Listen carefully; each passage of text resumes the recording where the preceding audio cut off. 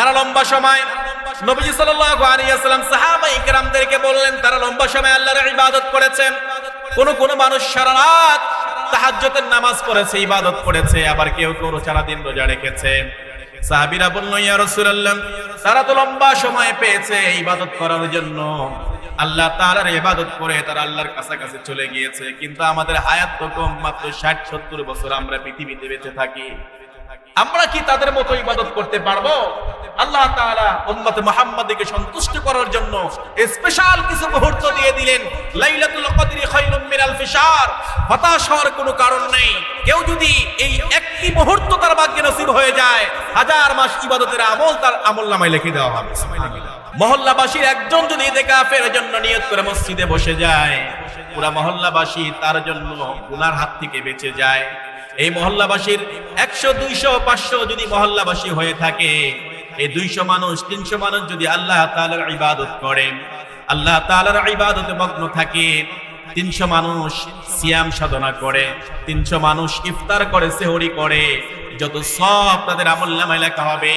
আর ওই গীতার আমল তাদের গুনাহ থেকে বাঁচানোর জন্য যে ব্যক্তি মসজিদে অবস্থান করলো, ওই ব্যক্তিকে আল্লাহ তাআলা সেই সকল 300 মানুষের সওয়াব থেকে একটি অংশ তার আমলনামায় লিখে দেবে।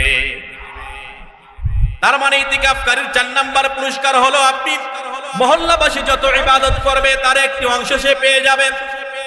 ইতিকাফকারীর 5 নাম্বার যেই পুরস্কারটা রয়েছে, সর্বশেষ যে পুরস্কারটা, কোন ব্যক্তি যদি আল্লাহ তাআলাকে সন্তুষ্ট করার জন্য, আল্লাহকে রাজি খুশি করার জন্য রমজানের শেষ দশকে এসে নিজেকে মসজিদে আবদ্ধ করে ফেলে, রব্বুল আলামিন তার জীবনের সমস্ত গুনাহগুলো মাফ করে দেয়।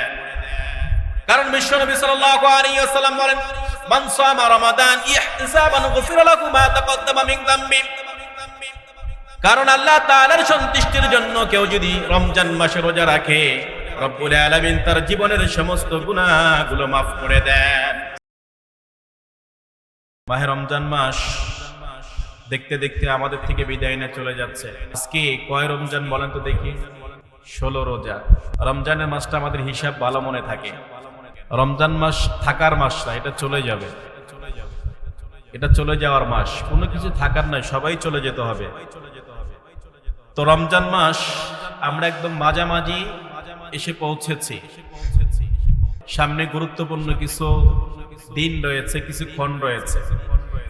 এর ভিতরে শেষ দশকে এসে সবচেয়ে গুরুত্বপূর্ণ যে বিষয়টা হচ্ছে সেটা হচ্ছে ইতিকাফ। আজকে আমরা কথা শুনবো হচ্ছে ইতিকাফ নিয়ে, ইতিকাফের ফজিলত, ইতিকাফ করলে লাভ কি, এরপরে ইতিকাফের বিশেষ বিশেষ কি মুহূর্তগুলো রয়েছে সেই বিষয়গুলো নিয়ে আমরা কথা শুনবো ইনশাআল্লাহ। প্রথমে আমরা যে জিনিসটা জানবো, ইতিকাফের পরিচয়।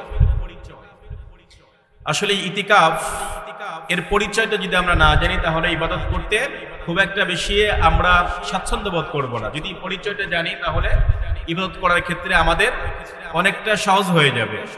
ইতিকাফ শব্দটি আকফু ধাতু হতে উৎপন্ন, যা বাবে ইফতিআল থেকে এসেছে। এর অর্থ হচ্ছে নিজেকে কোনো স্থানে বদ্ধ রাখা, নিজেকে কোনো স্থানে বদ্ধ রাখা বা আবদ্ধ রাখা, নিজেকে কোনো স্থানে বদ্ধ রাখা বা আবদ্ধ রাখা। শরীয়ী পরিভাষায় আল্লাহ তাআলার সান্নিধ্য লাভের জন্য, অর্থাৎ আল্লাহ তাআলার নৈকট্য লাভের উদ্দেশ্যে নিজেকে মসজিদে ইবাদত ও তিলাওয়াতের মধ্যে আবদ্ধ রাখার নামই হচ্ছে ইতিকাফ। আমি আবারও বলছি, আল্লাহ তাআলার সান্নিধ্য লাভের জন্য, আল্লাহ তাআলার সান্নিধ্য লাভের জন্য নিজেকে মসজিদের ভিতরে ইবাদত এবং তিলাওয়াতের ভিতরে আবদ্ধ রাখার নামই হচ্ছে ইবাদত। বুঝতে পেরেছেন কি? অর্থাৎ সার অংশ হচ্ছে মসজিদের ভিতরে আল্লাহ তাআলা সন্তুষ্টির জন্য নিজেকে আবদ্ধ করা, নিজেকে আবদ্ধ করা। এরপরে যেই ব্যক্তি এই অবস্থায় নিজেকে আবদ্ধ করেন তাকে বলা হয় মুতাকিফ, তাকে মুতাকিফ ব্যক্তি বলা হয়। এরপরে ইতিকাফের শরীয়ী বিধান, আমরা ইতিকাফ করব, শরীয়তের ক্ষেত্রে এটার বাধ্যবাধকতা কি, আসলে কতটুকু বাধ্যবাধকতা আছে। ইতিকাফ শুধু আমাদের সময় যে এটাকে সুন্নাহ করে দেওয়া হয়েছে এরকম নয়, আমাদের পূর্বেও এটার প্রচলন ছিল। আমরা সূরা বাকারার খুতবার শুরুতে যে আয়াতটি তেলাওয়াত করেছি, এটার একটি অংশে আল্লাহ তাআলা ইঙ্গিত দিয়েছেন। রব্বুল আলামিন জানান, وعهدنا إلى إبراهيم وإسماعيل أن طهر بيتي للطائفين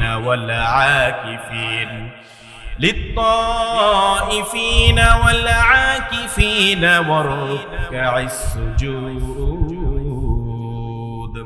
আল্লাহ তাআলা জানিয়ে দিয়েছেন, আর আমরা ইব্রাহিম ও ইসমাঈলের কাছে নির্দেশনা পাঠালাম এই মর্মে যে তোমরা আমার গৃহে তাওয়াফকারীর জন্য লিত্তাইফিন, আমার গৃহে যারা তাওয়াফ করে, ওয়ালা আকিফিন, যারা অবস্থান করে ইতিকাফ করে, ওয়াররাকিঈনাস সুজুদ, এবং যারা সিজদা করে, তাদের জন্য এই ঘরটাকে তোমরা পবিত্র করে রাখো।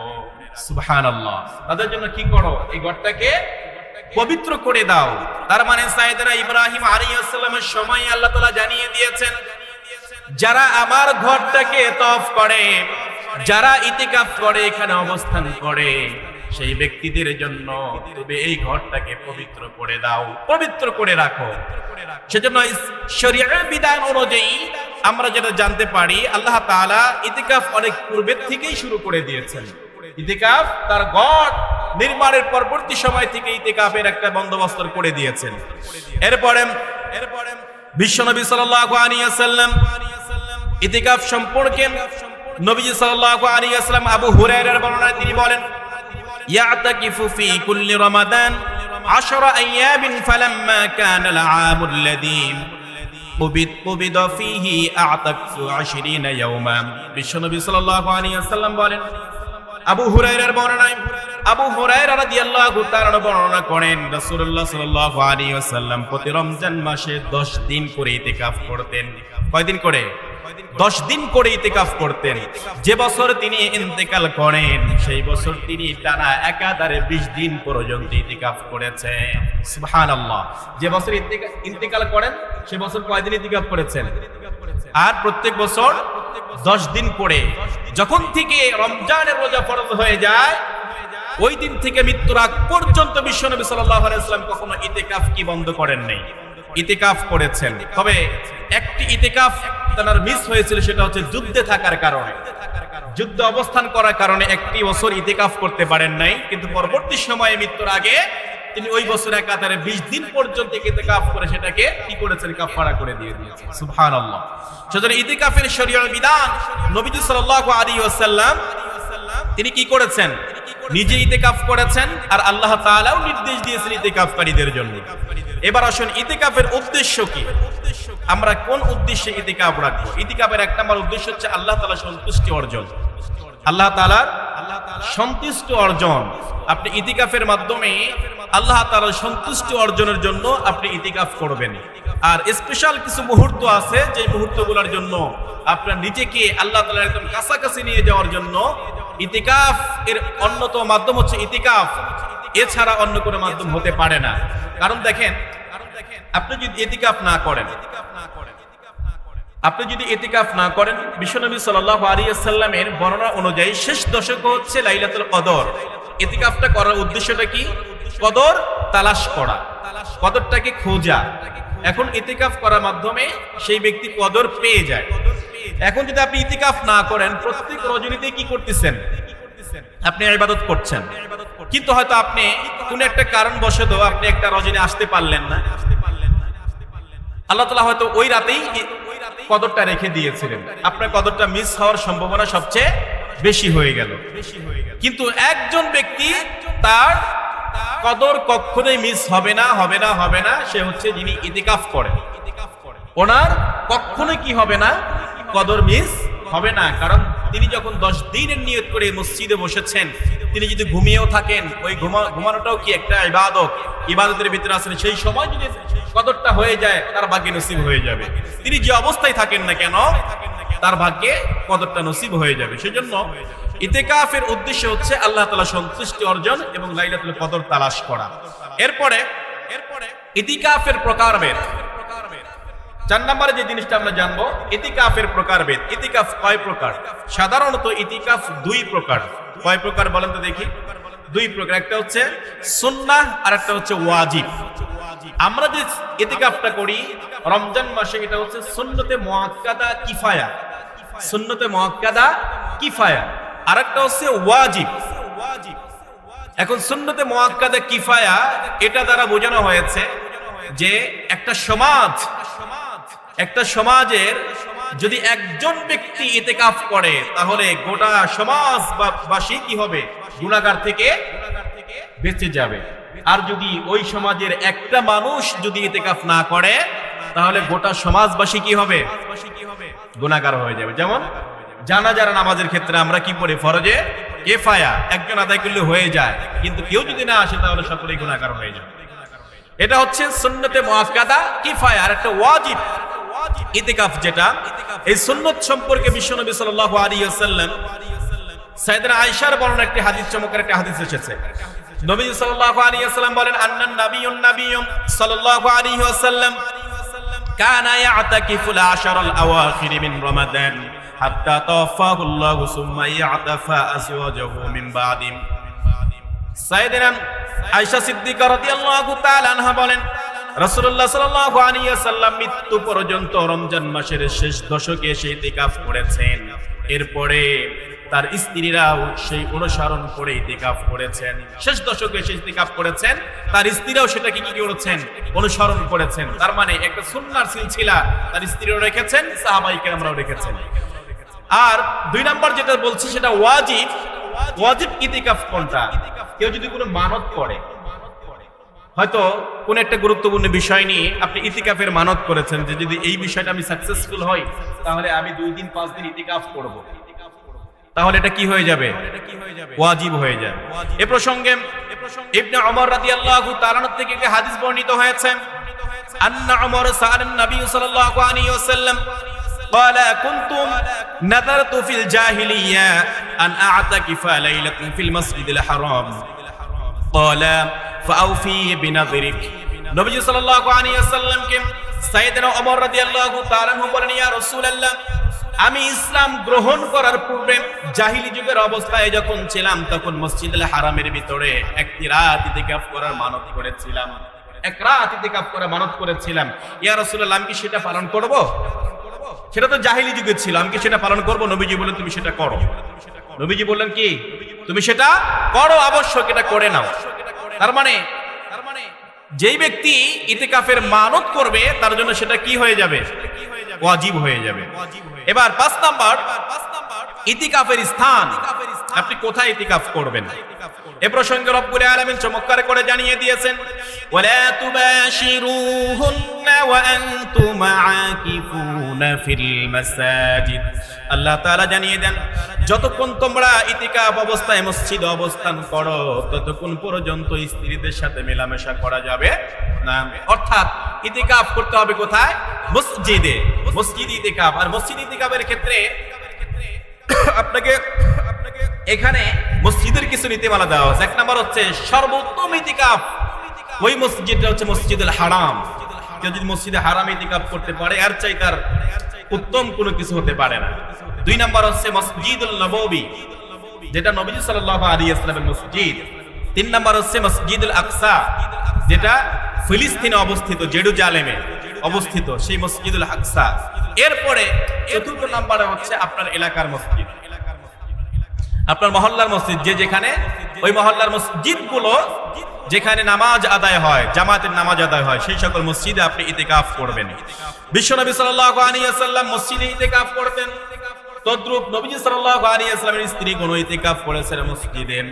আর মসজিদে ইতিকাফ করার ক্ষেত্রে নবী আয়েশা রাদিয়াল্লাহু তাআলা আনহা চমৎকার করে একটা হাদিস বর্ণনা করেছেন, কানান নাবিয়্যু সাল্লাল্লাহু আলাইহি ওয়াসাল্লাম ইসগি ইলা রাসি ওয়া হুয়া মুজাবিরু ফিল মাসাজিদি ফারজুলুহু ওয়া আনা হাইস। বিশ্বনবী সাল্লাল্লাহু আলাইহি ওয়াসাল্লামের স্ত্রী, প্রাণপ্রিয় স্ত্রী আয়েশা সিদ্দিকা রাদিয়াল্লাহু তাআলা আনহা বলেন, মসজিদে ইতিকাফ অবস্থায় নবী করিম সাল্লাল্লাহু আলাইহি ওয়াসাল্লাম আমার দিকে তার মাথা ঝুঁকিয়ে দিতেন। মসজিদে যখন ইতিকাফ করতেন তখন আমার দিকে তার মাথাটা কি করতেন, ঝুঁকিয়ে দিতেন, আর আমি তার মাথায় ঋতুপূর্ত অবস্থায় আমি তার মাথায় কি করে দিতাম, তার মাথার চুলগুলো আশ্রিয়ে দিতাম। সুবহানাল্লাহ। মসজিদে অবস্থায়, কারণ নবীজির ঘর কোথায় ছিল বলেন তো দেখি, নবীজির ঘর কোথায় ছিল? নবীজি যেখানে এখন শুয়ে আছে ওটাই নবীজির ঘর। ওইখানে আম্মাদি আয়েশা সিদ্দিকা রাদিয়াল্লাহু তাআলা আনহা সেখানে থাকতেন, ওটাই ছিল নবীজির ঘর। আর নবীজির ঘরের মাঝে আর মসজিদের মাঝে কেবলমাত্র একটা পর্দা ছিল। কি ছিল? পর্দা ছিল। আম্মাদি আয়েশা সিদ্দিকা রাদিয়াল্লাহু তাআলা আনহা বলছেন, আমি যখন ঋতুপূর্ত অবস্থায় থাকতাম আমিও কি করতাম, মসজিদে অবস্থান করে একপাশে ইতিকাফ করতাম, কিন্তু যখন ঋতুপূর্ত অবস্থায় থাকতাম নবীজি আমার দিকে মাথা ঝুঁকিয়ে দিতেন, আমি তার মাথায় কি করে চুল আশ্রিয়ে দিতাম। তার মানে নবীজি সাল্লাল্লাহু আলাইহি ওয়াসাল্লাম এখানে বুঝিয়েছেন যে স্ত্রীরাও কি করতে পারবে, তারা ইতিকাফ করতে পারবে। তবে আমাদের এখানে এসে ইতিকাফ যে আপনি এখানে করবেন, মসজিদে ইতিকাফ করার সিস্টেমটা হলো মসজিদের এক কোণে একটা তাঁবু করে নেওয়া। কি করে নেওয়া? যেহেতু নিজেকে আবদ্ধ করা, আবদ্ধ করা যেন আপনি বাহিরের কোনো আপনার সাথে কোনো মানুষ কিংবা কোনো পরিবেশ যেন আপনার সাথে মিশতে না পারে, সেক্ষেত্রে আপনাকে তাঁবু করে নেওয়া। যেটা আমরা দেখি বিভিন্ন মসজিদে এক সাইডে কি করে দেয়, পর্দা করে দেয়, যেখানে যারা ইতিকাফ করে তাদের জন্য তাঁবু করে দেয়। তো সেজন্য আপনার তাঁবু করে নেওয়া মসজিদের ভিতরে। আর মহিলারা যদি ইতিকাফ করে সেটা তাদের জন্য বাড়িতে সবচেয়ে বেশি উত্তম, নির্জন কোনো জায়গায় তাদের জন্য আবদ্ধ করে রাখা। নবীজির সময় মসজিদেই তারা বসতো, কিন্তু সাইডে সুন্দর করে পরিবেশ করে দেওয়া হয়েছিল। কিন্তু যেহেতু আমাদের সময় এখন সেটা নাই, কারণ মহিলাদেরকে আমরা মসজিদ থেকে অনেক দূরে সরিয়ে দিয়েছি, ঠিক কিনা? মহিলাদেরকে মসজিদে আসতে দেওয়া হয়, কেন দেওয়া হয় না? বলে ফিতনার আশঙ্কা রয়েছে, যেখানে আসলে মহিলারা ফিতনা করতে পারে। কিন্তু মহিলারা খালি মসজিদে আসলে ফিতনা হয়, অন্য কোথাও গেলে ফিতনা হয় না? বলেন, অন্য কোথাও গেলে কি ফিতনা হয়? যেমন মার্কেটে গেলে কোনো গুনাহ হয় না, নাকি? কথা বলে না। তার মানে আপনারা কি এর সাথে পরিচিত নাই যে মহিলারা মার্কেটে যায়? দেখেন নাই কোনোদিন? বেলকুচি এখন আমি তো দেখা যায় যে আমার বাসা ওখানে থাকার কারণে আমি আমার পরিবারে বাজারঘাট ওখান দিকেই করি। বাজার করতে যাইতে ঢোকা যায় না এখন, শুধু মহিলা আর মহিলা, পুরুষ মানুষ নাই। কারণ পুরুষ মানুষ কেমনে থাকবে? পুরুষ তো কামাই করতেছে, পুরুষ তো রোজগারের পিছনে দৌড়াচ্ছে, টাকা দিয়েছে, মহিলারা সব মার্কেটে ঢুকেছে। কেমনে ঢুকবেন? তাহলে মসজিদ থেকে আমরা মেয়েদেরকে যখন বের করে দিয়েছি, এই মেয়েগুলো তখন মার্কেট মুখী হয়েছে। আর যদি মসজিদে মেয়েদের জায়গা করে দিতেন, আমাদের সিস্টেমটা এগুলো নাই। আপনি দেখবেন ইসলামিক রাষ্ট্রে প্রত্যেকটা দেশে মেয়েদের জন্য আলাদা জায়গা আছে, নামাজের প্রত্যেকটা মসজিদে আলাদা জায়গা আছে, কিন্তু আমাদের এখানে করা হয় না। কেন করা হয় না? আমরা বলি ফিতনার আশঙ্কা হয়। বাইতুল আমান, এই যে আল আমান জামে মসজিদ, বাহেলা খাতুন আল আমান জামে মসজিদ এক সময় 3 তলায় মেয়েদের জন্য নামাজের জায়গা করে দেওয়া হলো। এখন এটা তো একটা পর্যটক এলাকা হয়ে গেছে। নান্দনিক মসজিদ হওয়ার কারণে গোটা বাংলাদেশের সমস্ত মানুষগুলো সেটা দেখার জন্য আসে। তাহলে আসেই না, তারা ছবি তোলে না, সেলফি তোলে না, বিভিন্ন টিকটক করে না, ব্যস্ত হয়ে যায় বেশি। এক পর্যায়ে দেখা গেল এখানে নামাজির চাইতে টিকটকারদের ভিড় বেশি পড়ে গেল। তখন কমিটি পক্ষ বাধ্য হয়ে কি করেছে? বন্ধ করে দিয়েছে। এই পরিবেশটা আমরা এখনো গড়ে তুলতে পারিনি, যার কারণে এটা হয়নি। সেজন্য মসজিদে যদি ইতিকাফ, যেহেতু আমাদের সিস্টেম নেই, কোন মহিলা যদি ইতিকাফ করতে চায় তাহলে তাদের বাড়িতে নির্জন কোন জায়গায় আপনি ব্যবস্থা করে দেবেন, এটা আপনার দায়িত্ব। সেজন্য ইতিকাফের স্থান সম্পর্কে আমরা জানলাম। এরপর 6 নাম্বার, ইতিকাফকারী ব্যক্তিদের জন্য আল্লাহ তাআলা স্পেশাল 5টা পুরস্কার রেখে দিয়েছে। কয়টা? জোরে বলেন। 5টা। কি কি পুরস্কার রাখছে শুনবেন, কারণ ইতিকাফ করার আগে তো এটা শোনা দরকার যে আসলে কি কি পুরস্কার আমরা পাইব, আসলে আমাদের ফায়দাগুলো কি হবে। তো কষ্ট করলাম, সবকিছু বাদ দিয়ে, পরিবার পরিজন সবকে বাদ দিয়ে 10টা দিন আমি নিজেকে আবদ্ধ রাখবো, পুরস্কার হিসেবে কি পাবো? ইতিকাফকারীদের জন্য 5টা পুরস্কার রয়েছে। 1 নাম্বার পুরস্কার, কোন ব্যক্তি যদি আল্লাহ তাআলার উদ্দেশ্যে সন্তুষ্টি লাভের উদ্দেশ্যে নিজেকে আবদ্ধ করে মসজিদের ভিতরে 10টা দিন রাখেন, তাদের জন্য নাম্বার 1 যেই পুরস্কার, সেই পুরস্কারটা হলো ওই ব্যক্তি আর জাহান্নামের ভিতরে আল্লাহ তাআলা 3 খন্দক পর্যন্ত দূরত্ব তৈরি করে দেবেন। কয় খন্দক? 3 খন্দক। নবীজি সাল্লাল্লাহু আলাইহি ওয়াসাল্লাম হাদিসের ভিতরে বলছেন, যদি কোনো ভাই তার আরেকটা ভাইয়ের প্রয়োজন মিটানোর জন্য একটি করে কদম সামনের দিকে অগ্রসর হয়, রব্বুল আলামিন তার আমলনামায় 10 বছর ইতিকাফ করলে যে সওয়াব হয় অনুরূপ সওয়াব তার আমলনামায় লিখে দেন। পুরো ভাইয়ের প্রয়োজন মেটানোর জন্য আপনি যাচ্ছেন, তাহলে কি হবে? 10 বছর ইতিকাফ করলে যে সওয়াব আপনার আমলনামায় লেখা হয় অনুরূপ সওয়াব তার আমলনামায় লেখা হয়। পরের অংশে বিশ্ব নবী সাল্লাল্লাহু আলাইহি ওয়াসাল্লাম বলেন, আর যদি কোনো ব্যক্তি একদিন আল্লাহ তাআলার সন্তুষ্টির উদ্দেশ্যে আল্লাহ তাআলার নৈকট্য হাসিলের জন্য ইতিকাফ করে, নিজেকে আবদ্ধ করে রাখে, তাহলে আল্লাহ তাআলা তার আর জাহান্নামের মধ্যে 3 পরীক্ষা দূরত্ব সমান 3 পরীক্ষা সমান দূরত্ব তৈরি করে দেন। সুবহানাল্লাহ, 3 পরীক্ষা সমান দূরত্ব তৈরি করে দেন। সাহাবীরা বললেন, ইয়া রাসূলুল্লাহ, পরীক্ষা বুঝলাম, এই দূরত্ব কতটুকু? পরীক্ষা কি বোঝাতে চেয়েছেন আপনি? নবীজি বলেন, এক পরীক্ষা হলো 2 দিগন্ত সমপরিমাণ। সুবহানাল্লাহ, 2 দিগন্ত। এক দিগন্ত বলতে কি বোঝায়? আপনি তাকালেন, আপনার দৃষ্টি যত দূর পর্যন্ত চলে যায়, এরকম 2 দিগন্ত পর্যন্ত এক পরীক্ষা। তাহলে 3 পরীক্ষা সমান কতটুকু হয়? 6 দিগন্ত পর্যন্ত। তাহলে কোন ব্যক্তি যদি ইতিকাফ করে আল্লাহ তাআলা সন্তুষ্টির জন্য 1 নাম্বার পুরস্কার তাকে দেওয়া হবে, জাহান্নাম তার থেকে অনেক দূরে সরিয়ে দেওয়া হবে। সুবহানাল্লাহ। এরপরে 2 নাম্বার, কোন ব্যক্তি যদি আল্লাহ তাআলার সন্তুষ্টির জন্য আল্লাহ তাআলাকে রাজি খুশি করার জন্য ইতিকাফ করে, 2 নাম্বার পুরস্কার তার জন্য যে জিনিসটা রেখে দেওয়া হয়েছে। সাইয়েদনা হাসান ইবনে আলী রাদিয়াল্লাহু তাআলা আনহু থেকে হাদিসটি বর্ণিত।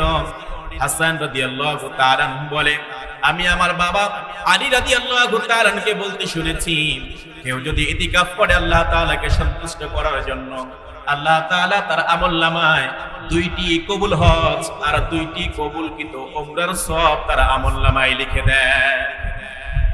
সুবহানাল্লাহ, আসতে বললেন। 2টি কবুলকৃত হজ আর 2টি উমরার সওয়াব তার আমলনামায় লিখে দেওয়া হয়। এরপরে 3 নাম্বার পুরস্কার, কেউ যদি আল্লাহ তাআলাকে সন্তুষ্ট করার জন্য, আল্লাহ তাআলাকে রাজি খুশি করার জন্য ইতিকাফ করে, আল্লাহ তাআলা তার ভাগ্যের ভিতরে লাইলাতুল কদর, সেই কদরের সেই মাহেন্দ্রক্ষণ কাঙ্ক্ষিত মুহূর্ত তার কপালে নসিব হয়ে যায়, যে সম্পর্কে আল্লাহ তাআলা বলেছেন, লাইলাতুল কদরি খায়রুম মিন আলফি শাহর, 1000 মাস ইবাদত করলে যে সওয়াব হয় আল্লাহ তাআলা তার আমলনামায় ওইরকম সওয়াব লিপিবদ্ধ করে দেন। আল্লাহ তাআলা সূরা কদর নাযিল করেছেন এই কদর সম্পর্কে, লাইলাতুল কদর নসিব হয়ে যায়। এই যে পূর্বেই বললাম যে কেউ যদি ইতিকাফ না করে বাহির থেকে এসে চিন্তা ভাবনা করে আমি মসজিদে গিয়ে নামাজ পড়বো কিন্তু ইতিকাফ করব না, আমি কদর তালাশ করতে শুরু করে দেব, হয়তো তিনি কিছুটা সময়ের জন্য বাইরে চলে গিয়েছেন, ওই সময়টাই কদর হয়ে গিয়েছে, তার ভাগ্যে নসিব হবে না। আর যদি কেউ অবস্থান করে মাস্ট বি তার ভাগ্যে নসিব হবেই হবে। সেই জন্য লাইলাতুল কদর এমন একটা ক্ষণ, যে ক্ষণটা যদি আপনার ভাগ্যে নসিব হয়ে যায়, 1000 মাস ইবাদত করলে যে সওয়াব হতো অনুরূপ সওয়াব আল্লাহ তাআলা তার আমলনামায় লিখে দিয়েছে। 1000 মাস, এর আগে একটা হিসাব করেছিলাম, প্রায় 84 বছর হয়ে যায়। কত বছর? 84 বছর। এখন 84 বছরের বৃদ্ধ মানুষ এখানে কয়জন আছেন? আছেন কি 2 একজন? আছে? 84 বছর হয়েছে কি মুরব্বী? হয় নাই, একটা খুঁজে পাওয়া যাবে না, খুব কম। আমাদের দেশে আছে তবে খুব কম। এখন আপনি চিন্তা করেন, 84 বছর হায়াত পেয়েছেন, কিন্তু আপনি 84 বছর কি ইবাদত করার সুযোগ হয়েছে আপনার? হয়েছে কি? হয় নাই। হয়তো আপনি 20 বছর যাবত মসজিদেই যান নাই, এরকম অনেক ঘটনা ঘটে। এরপরে 20 বছর পরেও যদি আপনি মসজিদে যাওয়া শুরু করে দিয়েছেন, কিন্তু মনোযোগী না, নিয়মিত না, রেগুলার যাননি, এরপরে হয়তো আপনি একটা সময় যখন আপনি রেগুলার হয়েছেন তখন আপনার ইবাদত আল্লাহর কাছে কবুল হচ্ছে কিনা এটা কনফিউশন আছে।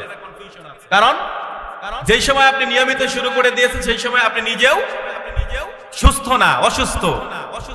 তাহলে এই যে 1000 মাস ইবাদত, এটা হয়তো আমার ভাগ্যে, আমার নসিবে আছে কিনা আমরা জানি না, করতে পারবো কিনা, কিন্তু আল্লাহ তাআলা স্পেশাল কিছু মুহূর্ত দিয়েছেন। স্পেশাল কিছু মুহূর্ত দেওয়ার কারণ আছে, কারণ পূর্বের নবীদের উম্মতেরা হায়াত পাইতো লম্বা সময় তারা ইবাদত করত। 1000, 2000, 3000, 3500 বছর পর্যন্ত তারা পৃথিবীতে জীবিত থাকতো। কল্পনা করেছেন এখনকার জামানায় যদি এইরকম সুযোগ থাকতো, মানুষ কি করতো? মসজিদে আসতো, খুঁজে পাওয়া যাইতো? মৃত্যু সম্মুখে জেনেও মানুষ যেইভাবে দুর্নীতি আর দেখা যায় যেইভাবে মানুষ অনিয়ম অন্যায় পাপাচার করে, যে সামনে মৃত্যু তারপরেও মৃত্যুকে পরোয়া করে না। আর যদি চিন্তা ভাবনা করতো যে 1000 বছর পরে মরবো কিংবা 2000 বছর পরে মরবো, তাহলে পুরো দেশ খাওয়ার চিন্তা ভাবনা, দুনিয়া খাওয়ার চিন্তা ভাবনা করতো। সব আমার। তারা লম্বা সময় নবী সাল্লাল্লাহু আলাইহি ওয়াসাল্লাম সাহাবায়ে কেরামদেরকে বললেন তারা লম্বা সময় আল্লাহর ইবাদত করেছেন। কোন মানুষ সারা রাত তাহাজ্জুদের নামাজ পড়েছে, ইবাদত করেছে, আবার কেউ সারা দিন রোজা রেখেছে। সাহাবীরা বলল ইয়া রাসূলুল্লাহ, তারা তো লম্বা সময় পেয়েছে ইবাদত করার জন্য, আল্লাহ তাআলার ইবাদত করে তারা আল্লাহর কাছাকাছি চলে গিয়েছে, কিন্তু আমাদের হায়াত তো কম, মাত্র 60-70 বছর আমরা পৃথিবীতে বেঁচে থাকি। আমরা কি তাদের মতো ইবাদত করতে পারবো? আল্লাহ তাআলা উম্মত মুহাম্মাদকে সন্তুষ্ট করার জন্য স্পেশাল কিছু মুহূর্ত দিয়ে দিলেন। লাইলাতুল কদরি খায়রুম মিন আলফি শাহর। হতাশ হওয়ার কোনো কারণ নেই। কেউ যদি এই একটি মুহূর্ত তার ভাগ্যে নসিব হয়ে যায়, 1000 মাস ইবাদতের আমল তার আমলনামায় লিখে দেওয়া হবে।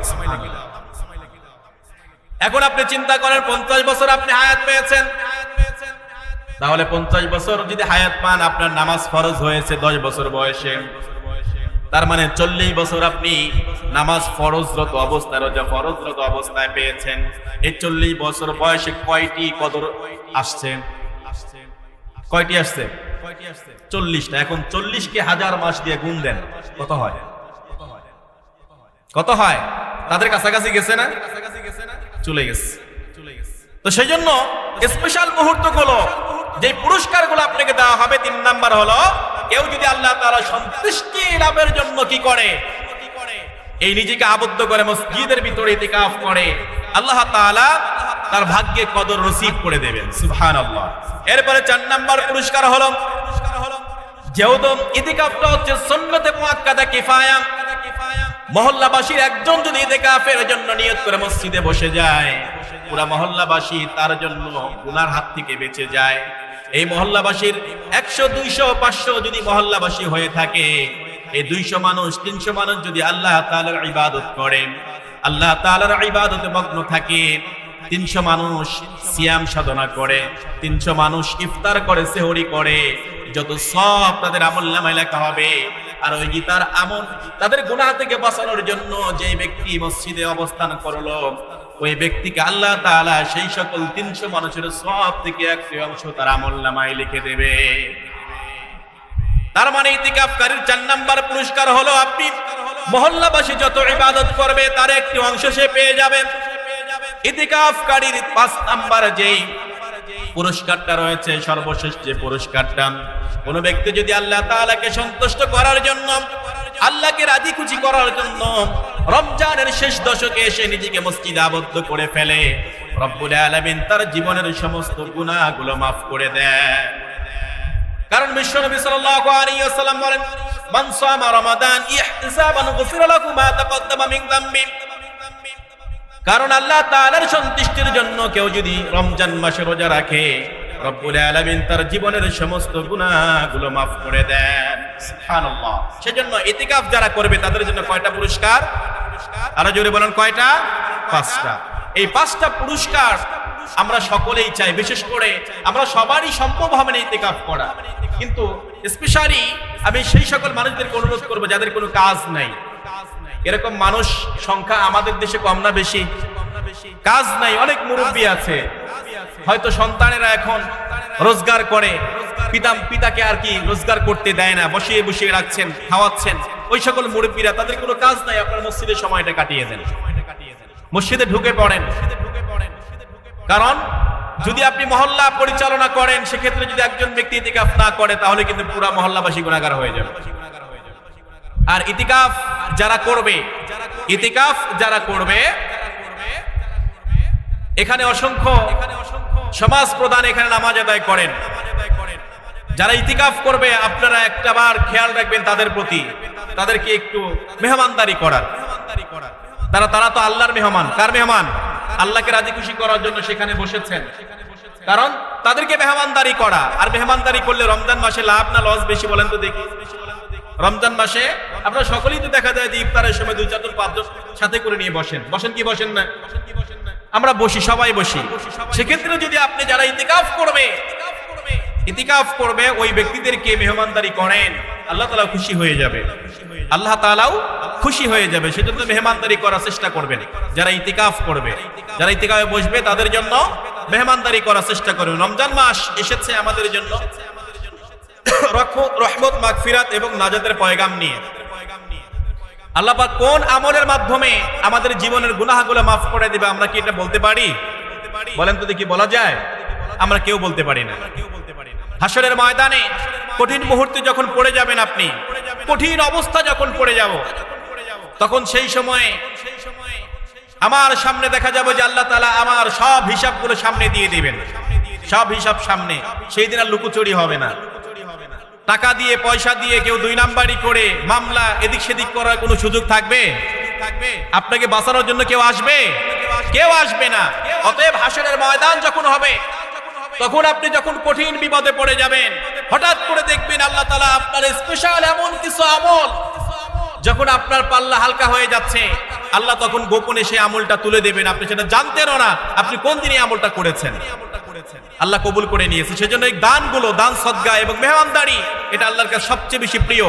আর আল্লাহ এগুলো কি করেন? এগুলো গচ্ছিত রেখে দেন। শুধু রেখে দেন তাই নয়, এগুলা অনেক পেলে অনেক বড় করেন। বড় করে হাসরের ময়দানে বিশাল আকার ধারণ করিয়ে কঠিন মুহূর্তে আল্লাহ তাআলা সেগুলো আপনার জন্য হাসরের ময়দানে উপস্থিত করে দেবেন। সুবহানাল্লাহ। আমরা চলে যাব, কেউ থাকবো না পৃথিবীতে। কেউ থাকার জন্য এখানে এসেছি? কেউ থাকার জন্য এসেছেন? সকলে চলে যেতে হবে। তবে সবচেয়ে আশ্চর্যের বিষয় হলো এই যে আপনারা যারা হাটে এসেছেন, এখানে হাটে এসেছেন প্রয়োজনীয় কারণে কারা কারা হাত তোলেন তো দেখি একটু। হাটে এসেছেন কারা কারা? হাট করার জন্য। অধিকাংশ এখানে হাট করার জন্য এসেছেন। আর কিছু মুসল্লি আমাদের এলাকার লোকাল আছে।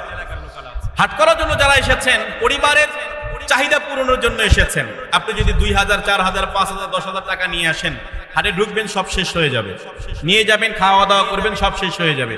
কিন্তু এই মসজিদে যেটা দিয়ে যাবেন, এটাই আপনার আমলনামায় থেকে যাবে। এটা আপনার আমলনামায় থেকে যাবে। এটা নিয়ে কোনো সন্দেহ আছে আপনাদের? কোনো সন্দেহ আছে?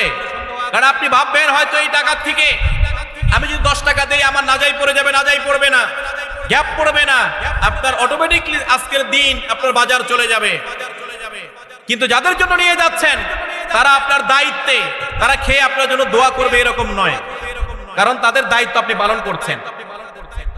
কিন্তু আপনি যদি আজকে এখানে 2-4 টাকা, 10 টাকা, 20 টাকা দান করে যান, হাসরের ময়দানে এই দানগুলোকে আল্লাহ তাআলা বড় করে আপনার সামনে হাজির করে দেবে। কারণ মানুষ যখন ইন্তেকাল করে তখন তার কোনো বন্ধু থাকে না। বন্ধু থাকে? বলেন তো দেখি, বন্ধু থাকে না। যতই হোক না কেন, এই গত কয়েকদিন আগে দেখলাম ফেসবুকে একটা ছবি ব্যাপকভাবে ভাইরাল হয়েছে। কেন? একটা মেয়ে মারা গিয়েছে। মেয়েটা কখনোই বাবাকে ছাড়া কখনো ঘুমাইতো না। হঠাৎ করে অসুস্থ হয়ে যাওয়ার কারণে একটা পর্যায়ে মেয়ে বুঝতে পেরেছে যে আমি হয়তো দুনিয়াতে আর থাকবো না। তখন বারবার বাবাকে বলে যে বাবা আমি কবরে একা থাকবো কেমনে, কবরে একা থাকবো কেমনে। তখন দেখলাম যে মেয়েটাকে মারা যাওয়ার পরে মেয়েটাকে কবর দিয়েছে, পাশেই বাবা কি করেছে, একটা মশারি টানিয়ে কবরে বাসে ঘুমিয়ে আছে। দুনিয়ায় বাবারা মেয়েদেরকে সবচেয়ে বেশি ভালোবাসে। বাবারা মেয়েদেরকে সবচেয়ে বেশি ভালোবাসে। এখন আপনাদের কাছে প্রশ্ন একটাই, ওই যে মেয়েটা কবরে আছে, পাশে বাবা আছে, এই জন্য মেয়েটা কবরে কি সেখানে কি ভয় পাচ্ছে না এমনটা কি? নাকি বাবা পাশে বসে থাকার কারণে ফেরেশতারা তাকে কি করতে পারবে না, পাকড়াও করতে পারবে না, এরকম কি? এটা জাস্ট একটা দুনিয়ার, এটা মোহাব্বত থেকে কাজটা তিনি করেছেন। কিন্তু আসলেই যখন মানুষ মারা যায়, নবীজির ভাষায় দুনিয়ার সাথে তার সম্পর্ক সব কি হয়ে যায়? কাট হয়ে যায়, সম্পর্ক ছিন্ন হয়ে যায়, কিচ্ছু থাকে না। যাদের জন্য আপনি এত আয়োজন করেছেন কিচ্ছু থাকবে না, সব শেষ হয়ে যাবে। আপনি বলেছেন আপনার স্ত্রী এত ভালোবাসে, মোহাব্বত করে তাকে পছন্দ করে বিবাহ করেছেন, একটা বার চোখটা বন্ধ করেন, দেখেন মরার মতো ভান ধরেন, দেখেন আপনার স্ত্রী আপনার পাশে থাকে কিনা। এত টাকা পয়সা দিয়ে আপনি পালঙ্ক বানালেন, সেই পালঙ্ক ছাড়া আপনার কখনো ঘুম হয় না। সুন্দরী স্ত্রী পাশে নিয়ে ঘুমান, কিন্তু পালঙ্কের ভিতরে নিঃশ্বাসটা বন্ধ হয়ে গিয়েছে। স্ত্রী আপনাকে সেই পালঙ্কে রাখতেই দিবে না। জলদি করে নামিয়ে নিয়ে যাও, জলদি করে নামিয়ে নিয়ে যাও, নিয়ে যাবে। আমি বলি আমাকে ছাড়া কিচ্ছু চলে না, আমার পরিবার কিছুই চলতেছে না। আপনি চোখটা বন্ধ করেন, আপনি অচল, দুনিয়া সচল, ঠিক কিনা? আপনি অচল, দুনিয়া সচল। তার নির্ধারিত গতিতেই দুনিয়া চলবে, বরং আপনি অচল হয়ে যাবেন। তখন মুহূর্তের ভিতরে আপনার নামটাও পরিবর্তন হয়ে যাবে। আপনার নাম আর কেউ বলবে না, সবাই বললে লাশ এসেছে কিনা, লাশের জানাজা কখন, লাশ নাম হয়ে যাবে আপনার। সেজন্য সম্মানিত রোজাদার এবং মুসলিম কেরাম, অনুরোধ থাকবে একটা, এই রমজান মাস আমাদের জন্য ব্যাপক হাতছানি দিয়ে এসেছে, অপরচুনিটি নিয়ে এসেছে, ব্যাপক সুযোগ সুবিধা নিয়ে এসেছে আল্লাহ তাআলার কাছাকাছি যাওয়ার। সেটা দান সদকার মাধ্যমে হোক, ইবাদতের মাধ্যমে হোক, তেলাওয়াতের মাধ্যমে হোক, মানুষকে খাওয়ানোর মাধ্যমে হোক, আপনি মানুষের সাথে সুন্দর একটা হাসি দিয়ে কথা বলার মাধ্যমে হোক, এটা অপরচুনিটি এসেছে আমাদের জন্য, মুমিনদের জন্য। সকলকেই অনুরোধ করব, উদাত্ত আহ্বান থাকবে এটাই, মাহে রমজান মাস আজকে 16টা চলছে, তার মানে আমরা কিন্তু এখন বাটির দিকে যাচ্ছি, বাটির দিকে। আর বাড়ির দিকে নৌকা কম চলে না, বেশি চলে। এখন দেখবেন খুব দ্রুত শেষ হয়ে গেছে। এই কয়দিন ওঠে নাই, উপর দিকে উঠতেছিলাম, শেষ হয় না। কি ব্যাপার, কেবল 10টা, 8টা, 6টা, অস্থির হয়ে গেছি। কিন্তু এখন বাড়ির দিকে দেখবেন খুব স্পিডে চলে যাবে, আপনি বুঝতেও পারবেন না, ঘুরে সারতে পারবেন না, দেখবেন